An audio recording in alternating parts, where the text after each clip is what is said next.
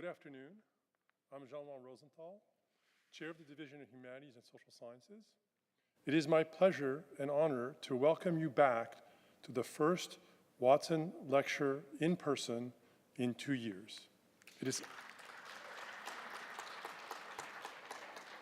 is also my pleasure and a particular honor to introduce the speaker for today's Earnest Watson Lecture Series, Professor Jennifer Jahner. But before that, let's take care of a little bit of house business. First, can you make sure your cell phones are on silent? I presume you all have cell phones. And second, you should check for exits on the spaceship and the one that is nearest to you. So it is an honor to introduce Jennifer Jahner, who received a bachelor's degree in English from Western Washington University in 1998, a master's degree in English in 2005 from the University of Colorado at Boulder, and a PhD in English from the University of Pennsylvania in 2012. She joined the faculty the same year and received tenure in 2019. Rather than bore a scholar and the contribution of her work. The first anchor goes back to when I first met Jen, I think in 2012, about this time of year, and she was visiting campus and she came to a meeting that we had, and my first impression was, this is a very serious scholar, a serious and committed scholar. Intellectual exchange with Jen always has substance. She is a serious and committed citizen of the division. Since receiving tenure, she has worn many hats quietly and effectively. More importantly, without her, efforts at improving diversity and equity in the division would have gone not nearly so fast or not nearly so well. Many speak loudly and do little. Jen, in her serious and practical way, says less and does more. Add to that a touch of irony and a bit of self-deprecation, and you have someone with whom it is a privilege to work. The second anchor follows from the first. Caltech prides itself on the interdisciplinarity of its faculty and students. We believe that the problem defines the methods that have to be brought together to solve it. But working across disciplines is difficult because the disciplines are oriented to solve particular problems with particular approaches to evidence. Professor Jahner's case, the problem she involve rhetoric, understanding how language is used to achieve goals in a particular place, medieval England. She locates that problem in time because by training she's a medievalist and she works on problems of constitutional politics in England where words really mattered. If you read her first book, Literature and Law in the Era of Magna Carta, you're sent back to a time of great political stress about the limits of power of the English king. Words mattered because disputants in these political debates had to choose between Latin, French, the English court spoke mostly French, and English, which is what the people might have understood. Words also mattered because being perceived as speaking ill of the king could have some rather dire consequences.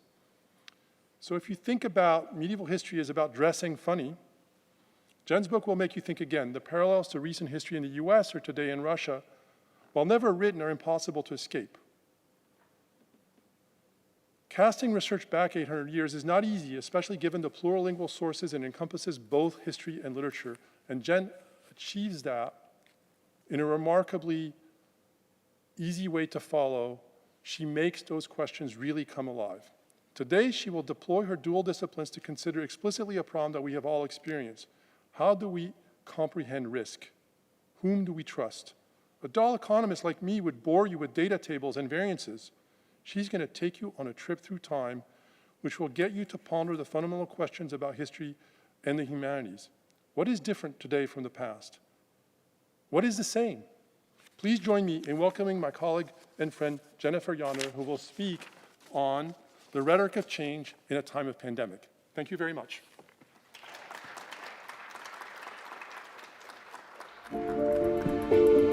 Growing up, I don't remember a time where I didn't love books. I would commandeer my younger sister into being my student, and I would take us around to different rooms in the house and teach the encyclopedia and that sort of thing. So definitely there was inklings toward the professoriate at a very early age. I am Jennifer Jahner. I am a professor of English and teach medieval literature and history at Caltech. In the periods that I study, because we're pre-printing press, everything that survives has been written by somebody. Every text survives in a slightly different way in each iteration. So there are puzzles. Each and every manuscript is its own little puzzle, and you can spend a lifetime trying to figure out every component of that puzzle. At Caltech, I teach both freshman humanities seminars and upper division advanced electives. So my first year seminar is called Monsters and Marvels. We start with early epic and we end with contemporary speculative and science fiction. We get to a point early on in the quarter where we start thinking about the cultural construct that is monstrosity. And that critical move from something that you've taken as a given, and realizing in fact that it is culturally specific, that it is answering to particular anxieties or concerns within the historical moment itself, then becomes a way of translating these older literatures into our present moment, into this long history of monster making according to different specific social contexts. My favorite thing about being at Caltech is that the campus community is intensely curious about all aspects of our world, including the things that I work on. And so humanistic and scientific inquiry are really enmeshed. And what makes Caltech intellectually exciting is finding those points of contact and those points of intersection and allowing your own work to be enriched by them. These things that we think of as really, really new, as problems that are just particular to us, in fact have long stories attached to them. And the past can, in some circumstances, help us see our own problems in different ways.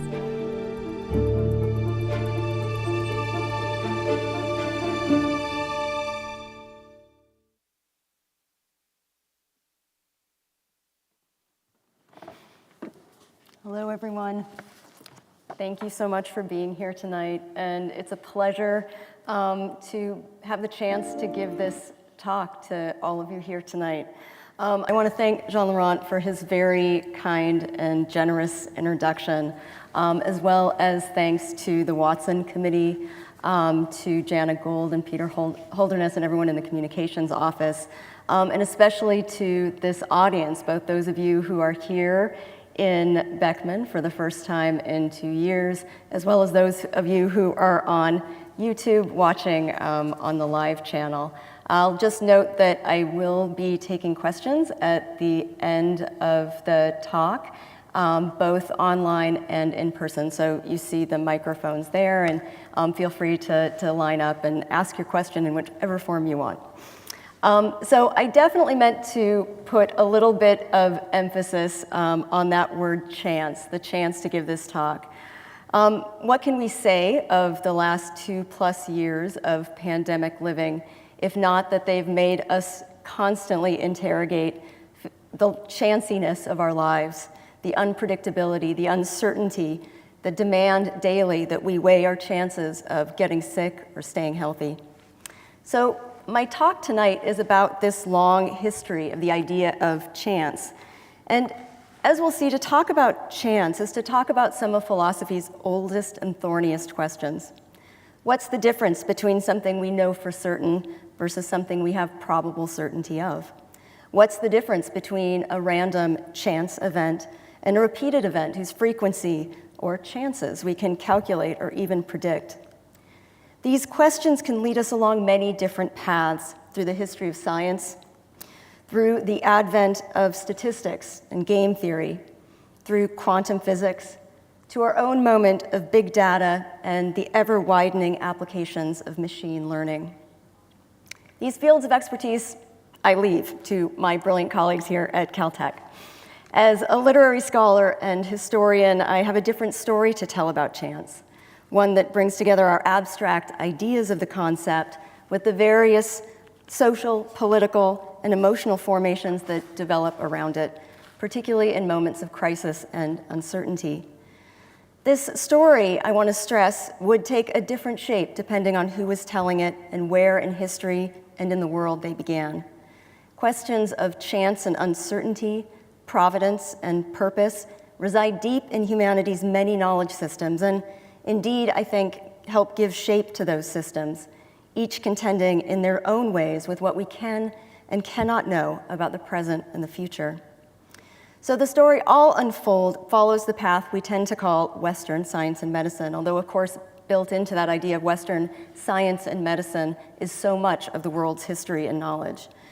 But I'll note at the outset that this is not the only way to tell this story. It is, however, one that plays a big role in getting us into our seats or online this evening, so I want to start by drawing it out for us. So as a medievalist, I tend to spend my research days deep in the thoughts, fears, speculations, and aspirations of people living many hundreds and sometimes thousands of years ago. If I could translate myself back into the 13th century, this would be the kind of textbook that I would be teaching literature and writing from. It's quiet work and it's sometimes lonely work, so for me it's usually a pleasure when past and present converge even briefly, when some small struggle or glimpsed detail of everyday life feels so familiar that I think, I know that feeling. It's less of a pleasure when you're feeling that way about the plague. Now, of course, the Black Death that ravaged global populations from 1346 to 1353 and SARS-CoV-2 are epidemiologically distinct pandemics. Plague, we know, is caused by the bacterial pathogen known as Yersinia pestis, named after one of the two people who discovered it within days of each other in Hong Kong in 1894. Except in cases of pneumonic plague, which could pass from human to human, the primary vector of transmission was a particular species of flea, which, when its preferred food source, black rats, succumbed to plague, would turn to humans with devastating consequences. COVID, we know well, to be viral rather than bacterial. It passes easily in aerosolized form from human to human, and to our continued frustration, can behave extremely differently in different individuals. It can feel like a roll of the die what kind of COVID experience we might have, and thus we lessen our odds of the worst outcomes through vaccines and other safety precautions like masking. And I'll just note as a sidebar that the sequencing of the Y. pestis genome early in the 21st century has led to one of the richest vectors of cross-disciplinary interaction between historians and scientists. Thanks to that new information, we've been able to push back our timeline for the Black Death as well as its geographical range. So that's a talk for someone else on another night. It's been my own experience living through novel times when we're making our daily decisions at the leading edge of scientific consensus, that sent me back to this earlier material with fresh eyes. Early in the pandemic, medievalists tended to joke that we were happy enough researching the Middle Ages, but weren't so keen on living in them. And I promise medievalists can be funnier than that, but at the heart of this pretty weak attempt at humor was a deeper recognition. We saw that we shared with earlier generations not just fear of an unknown illness, global in its reach, fatal in its worst versions, but a more profound sense of disorientation. During its most disruptive phases, COVID has robbed us of our ability to predict or trust that we could predict the consequences of our actions. We have agonized over decisions both quotidian, could I walk my dog safely, could I go to the grocery store, and heartbreakingly personal, could I see someone I love? We have argued at the local, state, national, and global scales over how to balance the claims of autonomy and public good, personal safety, and collective need. Understanding the long history of prediction or the measurement of the chances something will happen can help us understand why these debates are so emotional. We are equipped today with unprecedented abilities to sift, aggregate, and interpret data and forecast based on that data. So how is it that data remains so emotional, so personal in interpretation and consequences? Why doesn't following the science lead us toward greater consensus around crucial questions of public health and acceptable risk? There are lots of intersecting answers to this question, lots of people working very hard on those answers and those questions. But the path I'd like to follow tonight rests on a certain instability embedded in the concept of probability itself. And to understand why this instability matters, it's useful to have a sense of what this term meant before the advent of probability theory in the 17th and 18th centuries. In other words, what does probability mean before it comes to convey a mathematical calculation of future odds? Answering this question will take us all the way back to the philosophy of Plato and Aristotle, and all the way forward to our present moment again before I'm done. And I want to start in this early tradition, not with the problem of how we come to know nature's laws, the regular patterning of the physical universe, but rather with the inverse situation. What do we do with the chance event, the unforeseen circumstance whose emergence alters, if momentarily, the predictable course of nature? The Greeks and Romans called this principle Tyche, or fortuna, respectively, and they represented it in art and literature as a goddess. So here we see in the Roman statue of the 1st or 2nd century CE, Tyche, fortuna, in a customary posture, with a cornucopia in her left arm, held in her left arm and a ship's rudder supported in her right. These objects encompassed the domain of the goddess Fortune. It was she who bestowed worldly goods and blessings, and she too who took them away. She guided the voyage of a person's life, but inconveniently never provided the advance itinerary.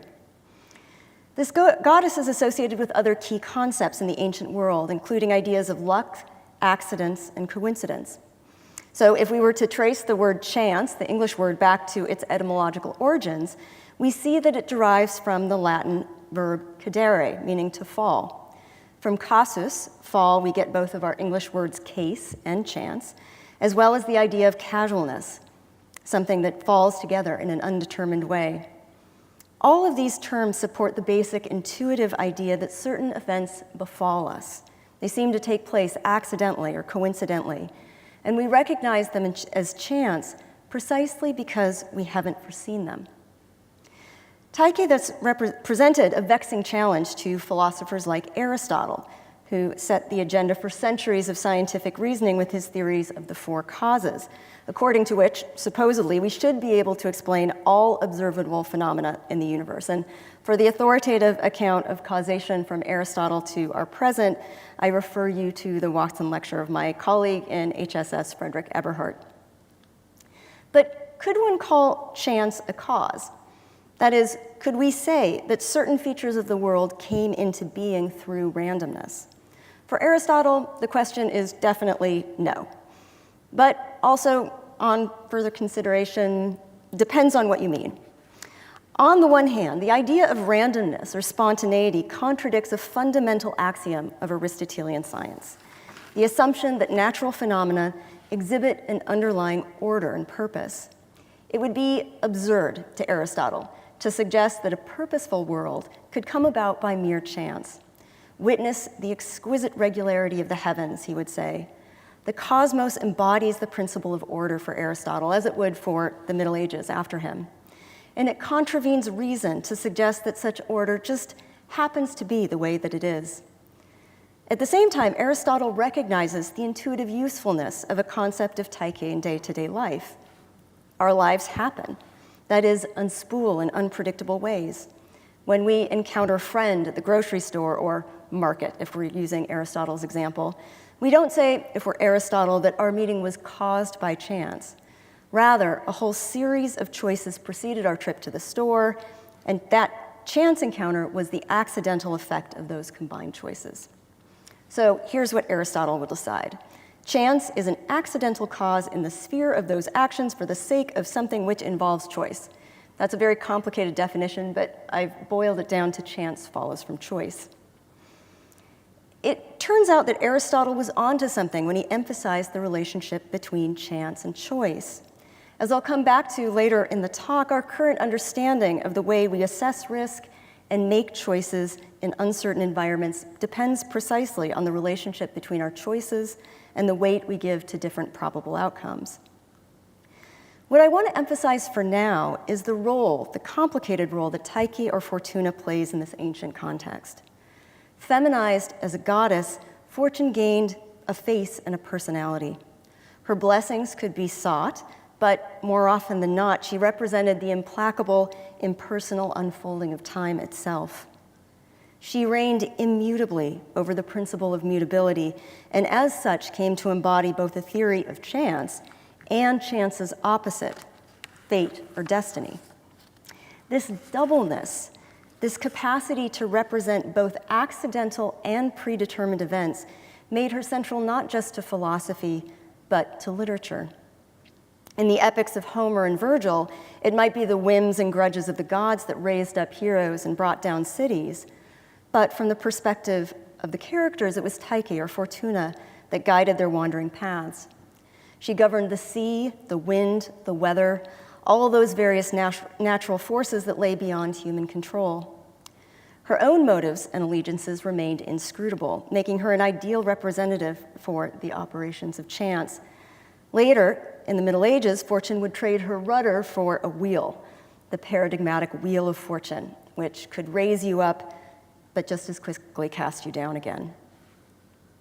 Unpredictable and changeable, fortune would seem, on the one hand, opposed to the principle of an ordered universe, governed by natural and divine law. But indeed, it was the concept of fortune that also created that sense of order, insofar as the idea of providence or destiny allowed people to understand events as happening as they should have. In this way, fortune, in both its guises, played a crucial role in the early development of a line of thinking that would eventually become the modern experimental method. Now, to understand how this could be the case, we need to spend a bit more time with Aristotle and his understanding of the word techne, which stands, of course, at the heart of our own institution, Caltech.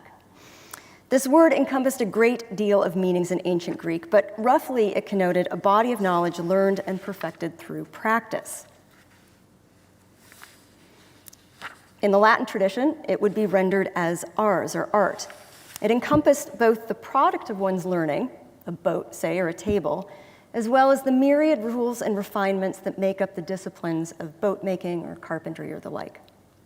So, definitionally, art or techne should result in a product, and the quality of the product measures the skill and learning of the technician. So, according to this model, if one learned the art of carpentry fully and completely, one should expect one's table to reflect the accomplishment of that learning. Well-crafted table equals technically skilled artisan. The relationship between product and learning seems straightforward enough on this ground, but then we need to pause to think about a special class of disciplines, or arts, in which a gap opened up between the extent of one's technical knowledge and the success of one's efforts. More simply put, some arts failed more often than others. So, did the fault lie with the training, the practitioner, or could something else account for the distance between learning and outcome? Philosophers would come to call this special class of disciplines the stochasticae techni, or the artis conjecturalis. In English, the stochastic or conjectural arts. These were the disciplines that required a certain amount of guesswork or aiming, the original meaning of the Greek word stokos, and thus entailed the assumption of additional risk because they were understood to be subject to uncertainty or fortune. The classic examples of the stochastic arts in the ancient canon were rhetoric, medicine, and navigation. And as we think about each, we can begin to see why. Take medicine, for example. The influential 2nd century physician Galen would argue that medicine constituted one of these special kinds of stochastic arts. The physician couldn't simply apply a fixed and stable rule book to each patient and expect an identical outcome. Rather, the physician had to work backwards. Based on the observation of symptoms, the doctor needed to ascertain as closely as possible the cause and prescribe a best guess course of treatment. And then you would revise the plan as circumstances required. No amount of training could assure perfect health for every patient, in part because of the mutability and complexity of individual bodies. The conjectural arts, Galen says, are those that involve unstable events, like illness, and thus can't be fully described or predicted by underlying causes. Navigation, too, constituted a conjectural art, perhaps the quintessential conjectural art, as we see in the ubiquitous iconographic associations with the goddess Fortuna and the sea. And if you want to know more about gorgeous portolan charts like the one on the screen there, I refer you to the Watson lecture of my colleague Nico Way Gomez, also a Watson lecture online. The ceaseless movements of the oceans perfectly encapsulated the risks and rewards of conjectural expertise for ancient observers. On the one hand, the regularity of the tides in the heavens allowed the navigator to predict and estimate a likely course. On the other, the unpredictability of wind and weather meant that all likely courses were precisely that, probable but never certain. It might be harder to see why rhetoric, the art of persuasion, falls under the same umbrella as medicine and navigation, but as we go on, we'll see, I hope, that rhetoric is central to any understanding of uncertainty and conjecture in the pre-modern period. First, it's important to recognize that rhetoric was an art, a techne, and an important one, through the whole of the classical, medieval, and early modern periods. For the primarily young men who pursued formal education, rhetoric stood, along with grammar and logic, at the foundation of their training, preparing them for public and political life, and especially a life in the law courts, convincing others to doubt or believe the evidence set before them. Plato, in his dialogues, would draw an explicit connection between rhetoric and medicine. Just as the physician worked upon the body, assessing its needs and adjusting the therapy accordingly, so the rhetorician worked upon the soul or mind, moving it through carefully chosen means to a position of agreement or assent. In this way, rhetoric, like the other conjectural arts, involved an unstable event, in this case, an individual's state of belief, doubt, or certainty. This ability to shape belief afforded the skilled rhetorician tremendous power, and Plato expresses concern that this skill, in the wrong hands, could just as easily support tyranny and abuse of power as it could truth and justice. This is because rhetoric, unlike medicine, doesn't apply itself to physical signs, but rather to our structures of belief, our emotions, our decisions. It provided a set of persuasive tools that might be applied to any content, including the false, including the morally abhorrent. It was with this concern firmly in mind that Aristotle wrote his comprehensive treatise on rhetoric. Plato had accused rhetoric of being essentially all style and no substance. He actually compares it to pastry baking. Anyone with a knack for language and manipulation, he says, could make the false seem true and the true false. And I feel like this is a, false imbrication of pastry baking here. But in an effort to redeem rhetoric as a means of assessing the true, the just, and the good, Aristotle would draw rhetoric closer to its disciplinary cousin, logic. So rhetoric wasn't just an empty art for Aristotle, a toolkit for misinformation. He wanted it to share with logic certain argumentative structures that could help people decide what was just, right, and true. So in logic, these basic structures of reasoning are known as the induction and the syllogism. And I've given some very, very basic examples here. Trust me, it gets much more sophisticated and nuanced from here. In rhetoric, these same structures of argument went by different names. Induction was known as the paradigm or example. Syllogism was known as the enthymeme. As Aristotle knew well, rhetoric existed not to prove things in an absolute sense, but to advance an argument for what was probably true. That is, determined to be valid according to expert opinion, and the Greek term for expert opinion would be rendered in Latin as probabilia. And as we know all too well these days, it's very hard to sort out who gets to be the valid expert, depending on where we get our media from. It's for this reason that Aristotle's treatise on rhetoric has been called the most intrinsically important work on probability before Blaise Pascal and Pierre de Fermat revolutionized the concept in the 17th century. As an art of language, rhetoric was necessarily mediatory. It existed, we could say, to bridge the gap between our subjective apprehension of the world, what we see, what we experience, and the sense that we collectively make of it.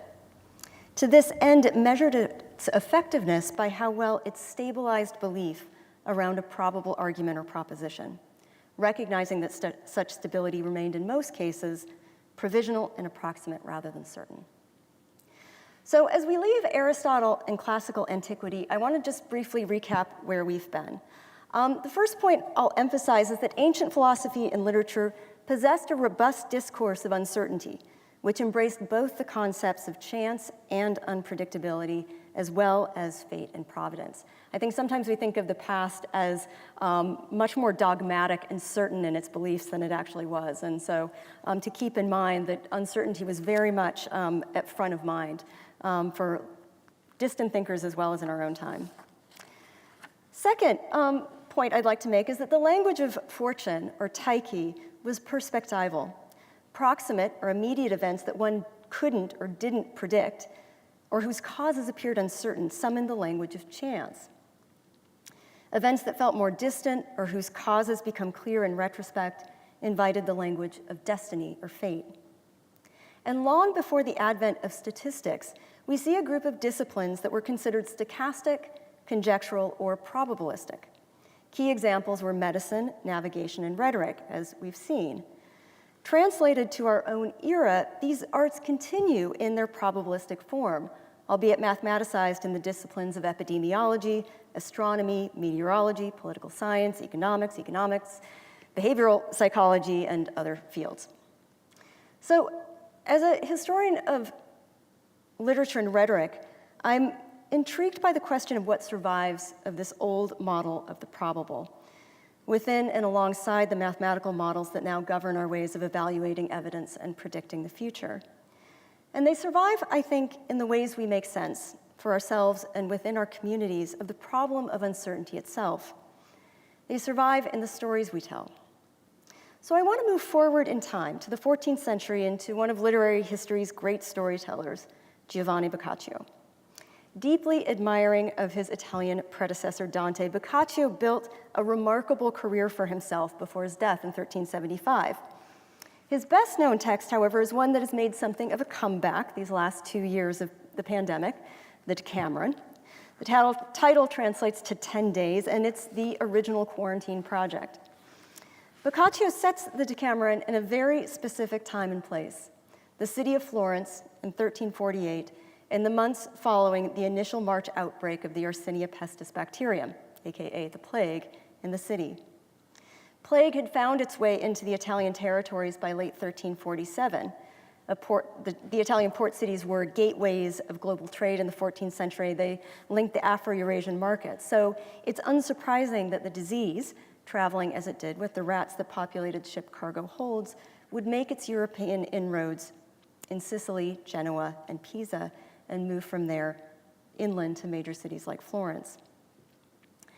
The 100 stories that make up the Decameron are really truly delightful reading. I highly recommend it if you haven't had a chance to pick it up.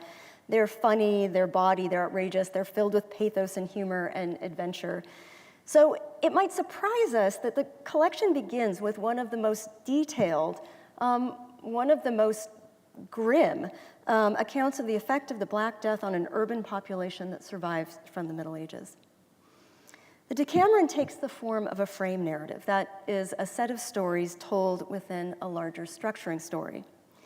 In this case, our frame narrative follows a group of 10 young people who escape from plague-weary Florence for their own self-imposed countryside quarantine and pass the time by telling stories, one story each on each of the 10 days. As in the famous example of Scheherazade, the stories of Decameron exist to forestall death, to broker a bit of a deal with fortune or taiki or chance, and seize some pleasure while one can. But it's a collection that's also haunted by the recent trauma of the plague and the implacable, inscrutable logics of pandemic illness. In his introduction, Boccaccio begins with an apology to his audience. He understands that we've cried our share of tears recently, and he's sorry for returning us to that grief in the opening to his entertainment. for it carries at its head the painful memory of deadly havoc wrought by the recent plague, which brought so much heartache and misery to those who witnessed or had experience of it. Now, Boccaccio promises that our reward for braving this return to painful memory will be the sweet rewards of fiction. But as the origins of the collection lie in mourning, our narrative journey begins there too. What follows is a remarkable feat of what I think of as narrative epidemiology. Boccaccio constructs a coherent account of the course of the outbreak in Florence, from earliest infections to peak incidents, documenting symptoms, patterns of infection, and demographic and cultural impacts. Even across hundreds of years, his descriptions bring a shiver of recognition, and the observation that infectiousness rushed through populations, Boccaccio will tell us, quote, with the speed of a fire racing through dry and oily substances. I find that an especially chilling description for anyone who also experienced the 2020 California wildfires. Well, once people died surrounded by mourners, friends, family, and neighbors, the practice, quote, all but disappeared as the, quote, ferocity of the plague began to mount, so that a great number departed this life without anyone at all to witness their going. Competing preventative health regimes emerged. Some people, Boccaccio relates, were of the opinion that a sober and abstemious mode of living considerably reduced the risk of infection. They therefore formed themselves into groups and lived in isolation from everyone else. Having withdrawn to a comfortable abode where there were no sick persons, they locked themselves in and settled down to a peaceable existence, consuming modest quantities of delicate foods and precious wines and avoiding all excesses. Others took the opposite view and maintained that an infallible way of warding off this appalling evil was to drink heavily, enjoy life to the full, go around singing and merrymaking, gratify all one's cravings wherever the opportunity afforded, and shrug the whole thing off as one enormous joke. Finally, there were those of the middle course, who neither locked themselves away nor partied till dawn, but instead moved about freely, holding in their hands a posy of flowers or fragrant herbs. All around, social customs convulsed, dissolved, and reconstituted in new ways. Anyone who was willing to treat the sick did, regardless of vocation or training. Workers were scarce and jobs risky. The streets emptied of all but those who attended the sick and dying and deceased. Rereading this part of the Decameron during the pandemic, what felt most familiar to me was the sense of radical uncertainty it records, palpable in the smallest details of the narrative. Boccaccio's world, of course, did not have a numerically probabilistic means of measuring this uncertainty. There were no percentage likelihoods of contracting plague, no forecast models for peak infection and decline, no population trend lines pointing toward happier or more difficult days ahead. This is not to say that the text is not rich in a theory of probability, only that it does not and cannot translate its probability into numerical forms. What we have instead are the resources of rhetoric: example, description, metaphor. Boccaccio's world, in ways different from our own, but also not that different, drew inferences from observation, forecasting the likelihood of future events based on normative patterns established over time. Pandemic, of course, radically disrupted those norms while also creating new ones. Take, for instance, Boccaccio's description of the symptomology of plague as it presented in the population of Florence in 1348. Now, this is a very text-heavy slide. I'm going to read it for you. For early in the spring of the year, we have mentioned the plague began, in a terrifying and extraordinary manner, to make its disastrous effects apparent. It did not take the form it had assumed in the East, where if anyone bled from the nose, it was an obvious portent of certain death. On the contrary, its earliest symptom, in men and women alike, was the appearance of certain swellings in the groin or armpit, some of which were egg-shaped, whilst others were roughly the size of the common apple. Sometimes the swellings were large, sometimes not so large, and they were referred to by the populace as gavaccioli. From two areas already mentioned, this deadly gavacciolo would begin to spread, and within a short time, it would appear at random all over the body. Later on, the symptoms of the disease changed, and many people began to find dark blotches and bruises on their arm, thigh, and other parts of the body, sometimes few and large in number, other times tiny and closely spaced. These, to anyone unfortunate enough to contract them, were just as infallible a sign that he would die as the Gavoccioli had been earlier and indeed still was. Now I want to walk us through this description more carefully, since it gives us such a compelling example of how disease diagnosis and prognosis works in this period. And I'm going to highlight 4 dimensions to the description. First, the temporal, so that's reference to duration. Next, the demographic, that has anything to do with people, suffering patients. Next, the quantitative, and you can imagine that in air quotes. It really is trying to think about frequency and size. And then finally, the qualitative, anything that's attempting to describe. We can see that the identification of a novel disease in the 14th century begins with the identification of signs and symptoms. These symptoms were assessed temporally, how long the incubation period, how long the progress of the disease from onset of symptoms until death or improvement, as well as quasi-quantitatively. Boccaccio didn't have a proportional language to describe variation across the population, but we do see a lot of language that stands in for numerical proportion. Certain, some, sometimes, at other times.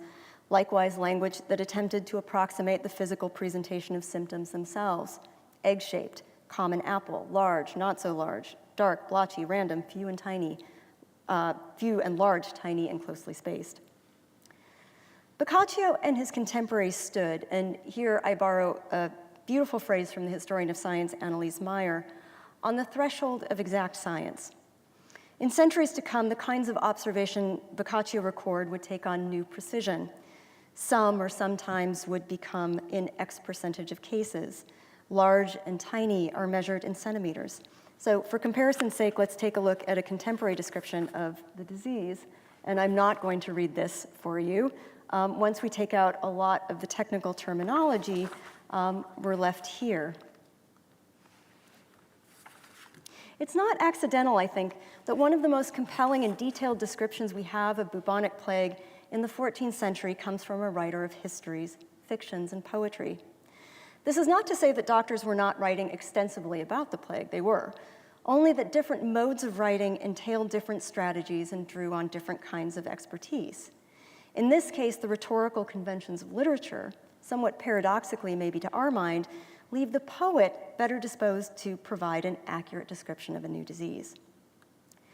Boccaccio's text succeeds as a description of bubonic plague precisely because it capitalizes on the rich rhetorical resources of the example, or paradigm, to model for us in language the likely course of an infection. As Aristotle intuited, examples encourage inductive forms of reasoning. From particular signs and evidence, we establish a normative model, and in turn, attest and adjust that model as we encounter new examples. Examples thus prove especially useful in deliberative rhetoric, where one debated future action. Did the past serve as a reliable witness to the future? What quantity or quality of examples would allow one to feel confident in that assertion? Boccaccio, as we've seen, is interested in the effects of plague in the Decameron. He's not so much interested in the business of exploring the potential causes of plague. For that, we need to turn to medical and natural philosophical writers of the same period. And here we encounter arguments that tend to be more deductive, that is, interested in identifying the general principles or causes that explain the given evidence.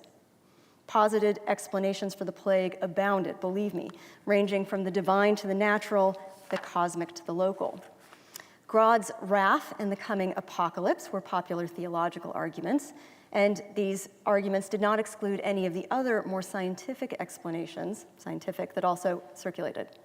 An unhappy astrological conjunction of Saturn, Jupiter, and Mars in 1345 was the preferred explanation of the medical faculty at the University of Paris.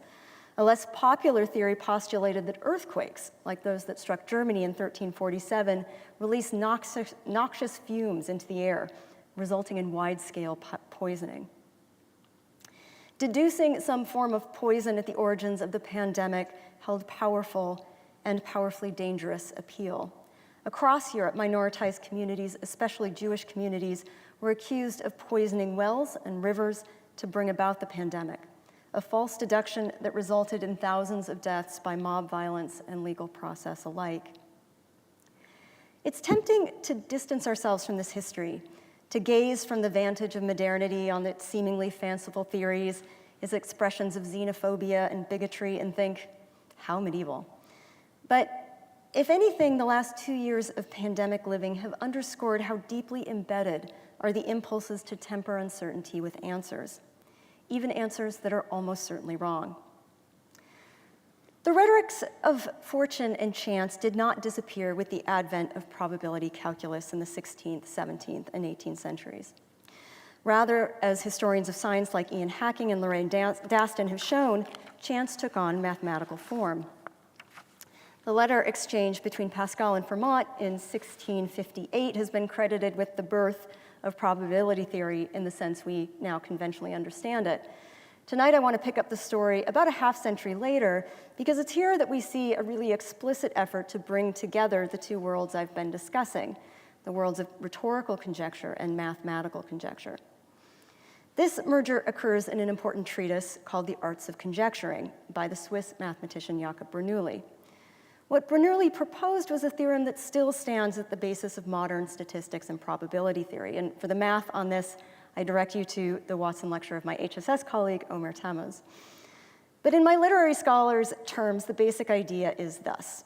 Let's imagine I'm presented happily with an opaque jar of identically shaped jelly beans. Now, I love jelly beans, so assuming I had the patience and willpower, I could draw jelly beans out of the jar, putting them back, not eating them, while making a careful record of their color, and over time arrive at a highly probable estimation of the color of jelly beans in the jar, color distribution. Importantly, for Bernoulli, he wanted that process of conjecturing to work in both directions. That is, he demonstrated that repeated sampling of a population would over time arrive at a very close approximation of the ratio of that sample. But he hoped that the process would also work in reverse, that knowledge of a series of jelly bean trials could in turn allow one to conjecture about the nature of the sample population if it wasn't already known. His theorem is called the weak law of large numbers, and it's not overstatement to say that it transformed the fields of math and science going forward. What interests me as a scholar of rhetoric is how much the older models of probability still inflect Bernoulli's thinking in the art of conjecturing. In fact, we could say that it's one of the major impetuses behind the mathematics, as Bernoulli very much wants to see his theorem put to use in public life. For Bernoulli, probability still held the sense it carried in the Aristotelian ethical tradition, as a form of deliberation in and about public life that helped one determine the best course of action when certainty is impossible. It was all well and good that his theorem worked on jars of jelly beans or infinite coin tosses or other formally imagined scenarios. But what about the messiness, the difficulty of real life? Bernoulli was especially concerned, like Galen, with unstable events like illness, disease.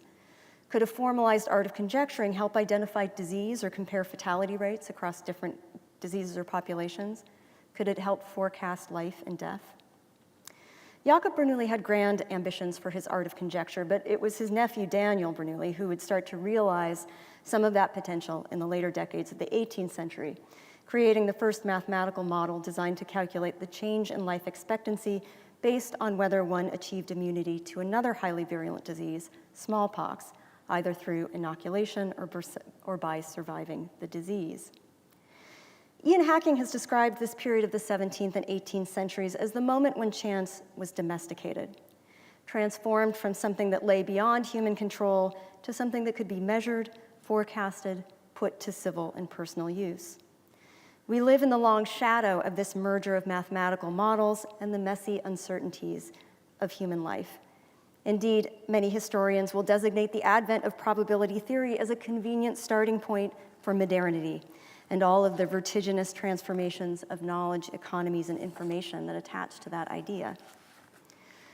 But as a scholar of those periods we consider pre or sometimes even anti-modern, I'm struck by how much the longer history of probability survives alongside the advanced measures and models that have proven so integral in helping us understand, mitigate, and predict threats like COVID.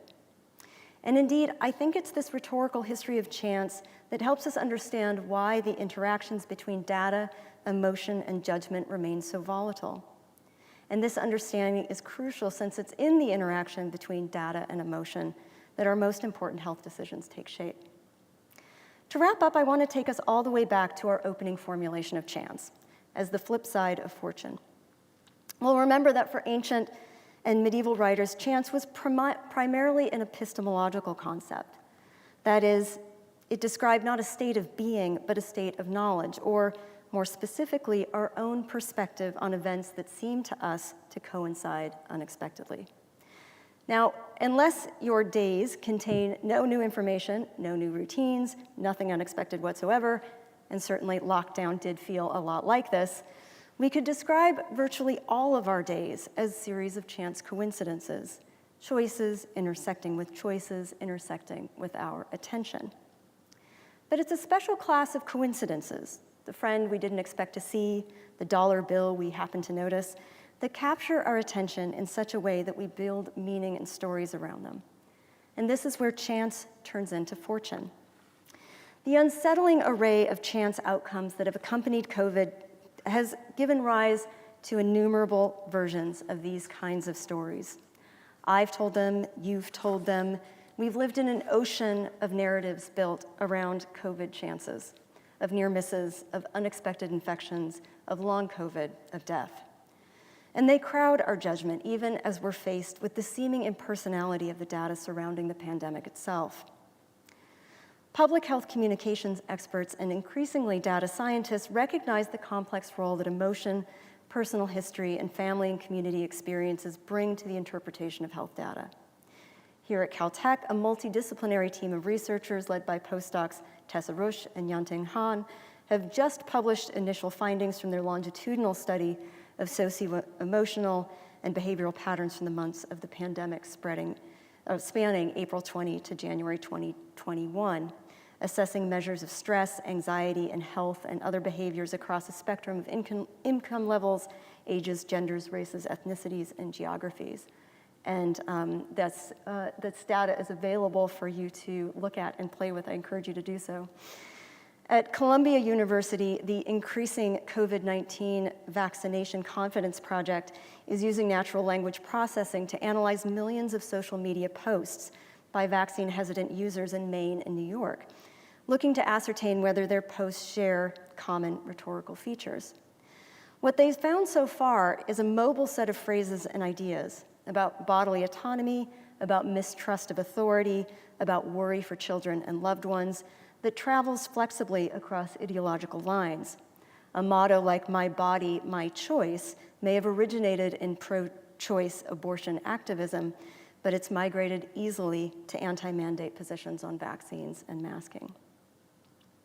Probabilities by their nature present problems of interpretation, and thus, as frustrating as it may seem to us at times, they present problems of language too. A percentage chance is never neutral, no matter how small or large the likelihood when we are being asked to evaluate our own safety or those we care about. Psychologists help explain this phenomenon by means of what's known as construal level theory. That is, we tend to represent events we perceive as distant from us in more abstracted and global terms, and events we perceive as proximate in more specific and concrete terms. Experiments have shown that our sense of distance or proximity to an event in turn affects our probability judgments about them. So we tend to view events we deem unlikely in global ways, events we consider more likely in concrete and personal ways. Aristotle might say that we use enthymematic rhetoric to cultivate a sense of rational distance from an event, paradigmatic or example-based narratives to stress proximity and immediacy. The work of my colleague Dean Mobbs in cognitive neuroscience shows in turn that we register fear and threat in terms of cognitive proximity as well. And as we know, what's particularly difficult about COVID is that we're never quite sure where to locate that viral threat vis-a-vis our own bodies. The current LA County testing positivity rate of less than 1% may comfort us if we're inclined to view it at the aggregate level of 10 million residents.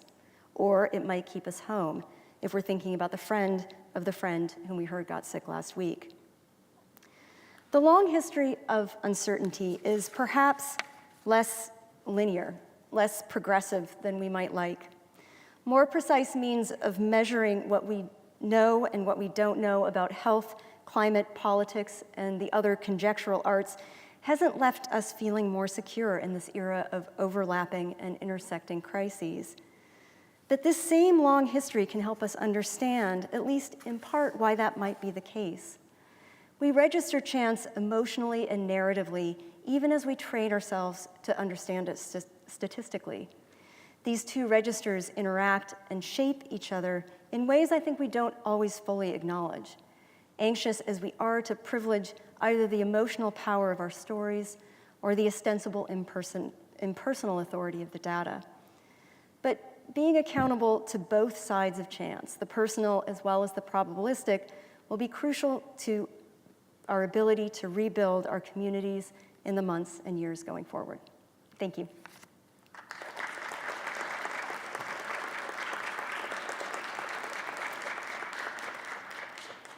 And as I understand it, there are opportunities for questions, and thank you for your first one. Yes, actually I was formulating this question before your zinger of a last sentence, which I thought was really wise. But I was going to ask, given that so much about how chance is understood and felt throughout history has to do with images and words and stories, are there particular categories of stories that you think we should be telling today and others that we should not be telling? I love that question, and I think it's, I wish that I had a definitive answer. I think in part that's what this project is aiming toward, is to try and figure out what are the narratives and what are the stories that start to build the kind of bridges that we need to come to a sense of understanding. Not necessarily consensus. There's always the risk with consensus stories, and we know this, of course, from our own public discourse, of drowning out other people's experience. And I think right now what we're seeing is this profound tension between individual stories that want to be heard and a kind of manipulation of individual rhetorics for the purposes of misinformation. So I think that going forward, it's both a question of what kind of stories we're telling, and then what are the fora and the context in which we're able to tell those stories. Again, our social media environment makes it really easy, as we see, to pick up particular pieces of rhetoric, particular ideas, and then circulate them in ways that we don't necessarily have a lot of control over. What you're doing grants control. What's that? What you're doing grants control because it exposes where certain storylines came from. Yeah, thank you. I mean, I think that that's definitely part of the project for me as a scholar is, to really bring back that sense of history and purpose and meaning to the process of narrative itself. That it has to be adjacent to any of the other kind of decision making that we make. And it's not, the problem is it's not easily modeled. It's not easily mathematicized. And so I think it takes different ways of incorporating it. Thank you. Jen, that was a brilliant and provocative talk. Thank you so much. I really enjoyed it. I also noticed from a very early point that there's an ancient Mediterranean authority you chose not to talk about, which is the Christian God, right? Now, for most of the historical periods you've been speaking about, the majority of people in Europe were Christian. And my impression is not only that Christians have spent centuries asking why bad things happen in the world, many Christians have also been uncomfortable with the idea of chance. Milton's Paradise Lost argues it's not by chance that human life is miserable, it's our own fault, right? Yes. I came across a clergyman in the early 18th century who explicitly said, there is no such thing as chance, there are only causes you and I don't know about. And that reminds me of people even today who say, everything happens for a reason. Yes. Those people drive me nuts, Yes. but they insist everything happens for a reason. So your story about humans, about personal choices, and about human sciences and knowledge also takes place within an environment where many people don't want to believe that anything could happen without the knowledge and the will of God. So is religion helpful to people, or is the public health crisis also a crisis for religion? What would these medieval people say if they were here?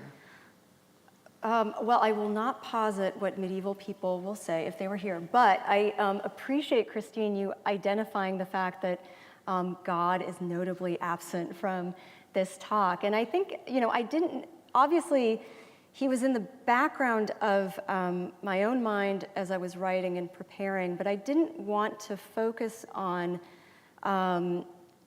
the Christian God necessarily, not because he wasn't absolutely the guarantor of truth, regularity, and law in the Middle Ages, but because, as in later periods, there was this gap between what people knew and experienced in their everyday lives and what they knew God would somehow already have known and already providentially have set forth.